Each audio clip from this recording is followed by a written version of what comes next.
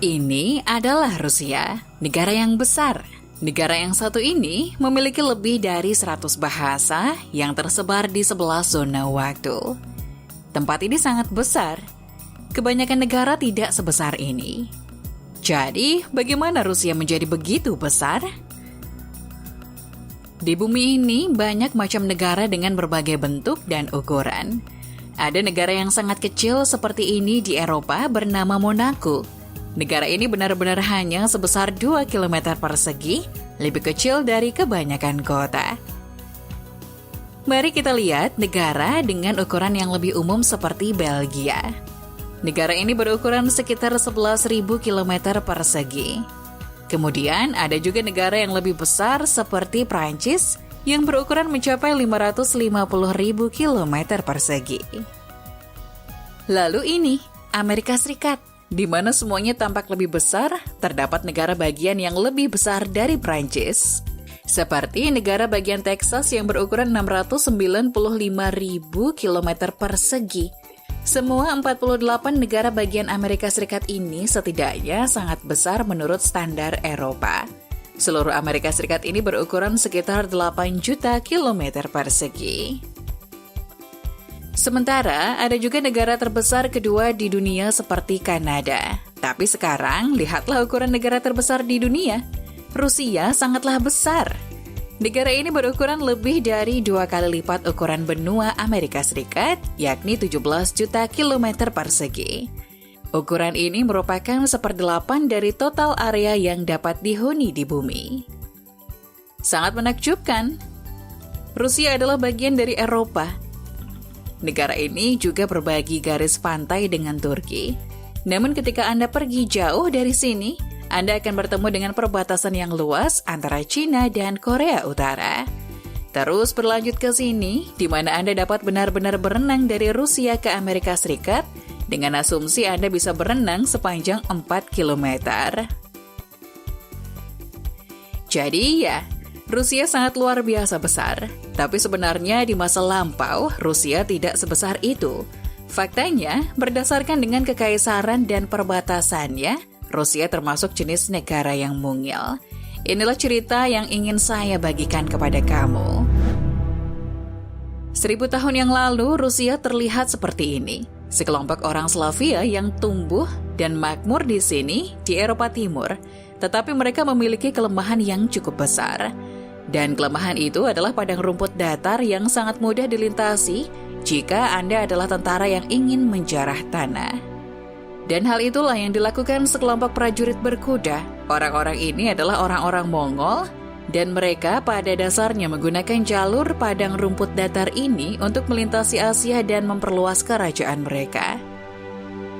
40.000 orang Mongol yang menunggang kuda dengan busur dan anak panah ini akhirnya berhasil sampai ke sini, ke bangsa Slavia di Rusia. Berikut adalah gambar mereka menyerang kota-kota dan membakar serta menaklukkan orang-orang ini. Lihat betapa takutnya orang-orang ini. Begitu Mongol mengambil alih blok kecil orang Slavia ini, masyarakat menjadi melemah dan memecah semua kota yang dulunya bekerja sama satu sama lain.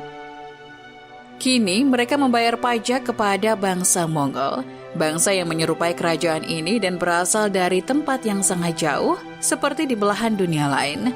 Namun, ada satu kota di daerah ini yang sangat siap untuk melawan. Mereka diam-diam memperkuat diri. Kota ini disebut Muscovy atau Moskow. Kota ini menjadi pusat regional untuk perdagangan bulu yang populer di Eropa pada saat itu. Negara ini juga mendalami tentang penggunaan bubuk mesiu dan senjata api, serta teknologi dari Eropa. Sejak saat itu, mereka mampu menyerang balik bangsa Mongol yang kerajaannya sudah terlampau sangat besar hingga sulit untuk dipertahankan. Mongol mulai terpecah belah dan Moskow memanfaatkan keuntungan atas kondisi ini. Sejujurnya, kerajaan sebesar ini seharusnya dapat bertahan lebih lama, mengingat ini adalah kerajaan daratan terbesar dalam sejarah. Namun, kerajaan ini tetap tak bertahan lama, bahkan meskipun mereka memiliki prajurit-prajurit penunggang kuda yang kecil. Kembali ke cerita, Moskow mulai menyerang balik. Mereka memiliki uang bulu, bubuk mesiu, dan berhasil mendorong orang-orang Mongol keluar area mereka dan bergerak ke timur. Satu hal lagi yang dikatakan Mongol pada saat akan menguasai kekaisaran Rusia. Kami tidak akan membiarkan siapapun menyelinap ke daerah kami lagi seperti yang dilakukan bangsa Mongol. Dan semua orang di sini tertawa terbahak-bahak dan berkata dalam bahasa Eropa, apakah Anda tidak menyadari bahwa satu-satunya cara untuk mencegah serangan dari luar adalah dengan memiliki gunung dan air untuk melindungi sekeliling Anda? Kemudian orang Rusia itu menanggapi, oh iya, maksudmu seperti ini. Dan orang Eropa membalas, oke. Akhirnya, Moskow yang tadinya hanya sebuah kota kini dapat menguasai kekaisaran Rusia. Daerahnya mulai berkembang ke arah pegunungan, sehingga mereka dapat memiliki batas-batas kerajaan yang baik. Beberapa gunung yang ada di sekitar mereka manfaatkan sebagai perlindungan dan perdagangan bulu sebagai sumber ekonomi. Mereka juga memiliki teknologi dan perdagangan yang bagus. Mereka berkembang menjadi negara yang kaya. Semua hal berjalan dengan baik di Rusia. Namun, tidak hanya sampai di situ, mari kita perhatikan hamparan hijau pada peta yang menunjukkan jalan raya padang rumput yang digunakan bangsa Mongol untuk menyerang. Lihat, ada cacat dalam rencananya. Usaha yang bagus Rusia. Tetapi lihatlah, perbatasan alami ini merupakan hal yang bagus namun memiliki celah berupa padang rumput datar yang sangat besar sehingga orang dapat dengan mudah melewatinya untuk mencapai Moskow. Jadi, pada pertengahan tahun 1500-an, Moskow mengalahkan kembali Mongol dalam memperluas wilayahnya ke arah timur dengan mengandalkan perdagangan bulu mereka. Kemudian, mereka menemukan semacam perbatasan alami, namun perbatasan itu tidak benar-benar berfungsi. Sehingga mereka terus mencari perbatasan alami atau perairan, atau sesuatu untuk membatasi negara mereka di bagian timur. Kemudian tibalah saat ketika orang mengerikan ini berkuasa. Namanya benar-benar Ivan yang mengerikan. Dia memiliki beberapa ambisi yang cukup besar untuk memperluas Rusia. Seolah-olah dia berkata, "Hei, kita tidak perlu berhenti hanya sampai di pegunungan ini. Mari kita lihat seberapa jauh kita bisa memperluas negara ini terus ke timur melewati pegunungan." Pada akhirnya, yang ia temukan di sisi lain pegunungan ini adalah tanah es yang sangat jarang penduduknya yang disebut Siberia. Tidak banyak orang di sini. Orang-orang Siberia sendiri tidak terlalu peduli dengan pengambil alihan Rusia. Hal utama yang harus dihadapi oleh Rusia adalah hawa dingin. Tetapi dengan dingin, datanglah hewan berbulu yang memiliki mantel bulu tebal yang sekali lagi sangat berharga di pasar Eropa. Hal ini semakin memperkuat alasan perluasan wilayah ini untuk terus melaju ke timur. Mereka terus bergerak ke timur sampai akhirnya mencapai Samudra Pasifik di ujung dunia. Mereka masih tidak berhenti di situ dan terus berjalan. Padahal lokasi ini sangat jauh dari titik awal berdirinya Moskow. Perluasan wilayah ini sudah mencapai titik di mana pemerintah di Moskow memerintahkan adanya ekspedisi. Namun mereka juga tidak begitu yakin apa yang mereka lakukan dan apa lagi yang ingin mereka ambil alih. Bahkan mereka yang ada di Moskow tidak bisa terus berkomunikasi dengan mereka yang tergabung dalam ekspedisi. Kemudian, ini adalah bagian yang paling menarik tentang imperialisme Rusia, yang sangat berbeda dari kebanyakan imperialisme yang pernah ada.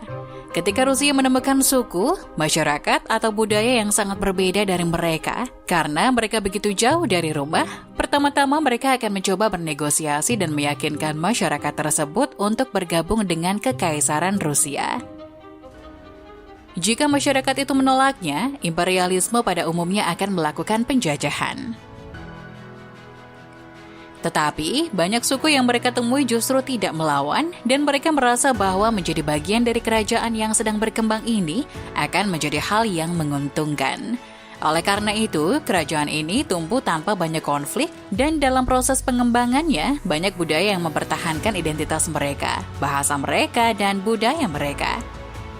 Kini, Rusia dibagi menjadi 85 wilayah.